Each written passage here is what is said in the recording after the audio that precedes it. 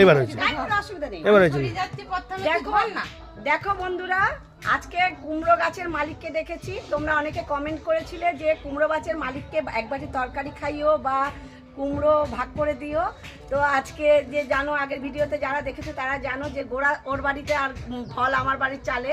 তো আজকে ভাগ করছি, এই মালিককে আজকে কুমড়ো মানে দেবো। নাও ভাগ করে ফেলো দিদি, কাটো কাটো পিস করে ফেলো, পিস করে ফেলো। আরে এমনি করে কাটো না, মাঝখানে হ্যাঁ, কাটা গেছে। এই যে। বেগুন এই কালার দেখো কালারটা দেখো বন্ধুরা, কি সুন্দর কুমড়োর।